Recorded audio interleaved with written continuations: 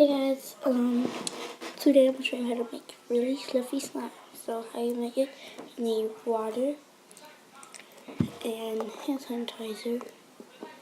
If you want a real stretchy and fluffy, add a lot. And also mix, and then you want to mix that up. So see when I mix it up. So I just mixed that up, and you want to add how much glue you want. Hold on, just like sealed open, so yeah. So I just added the glue, and now you just want to mix that up. So see when I mix it up. So I'm already mixing that up. Now I want to add some Tide and mix it up. So see when I mix it up. And then when it's starting to work, you want to knead it up. So I'll see you when I'm done kneading. I just kneaded it all up and it's real stretchy, just like this one. Let me show you how they look.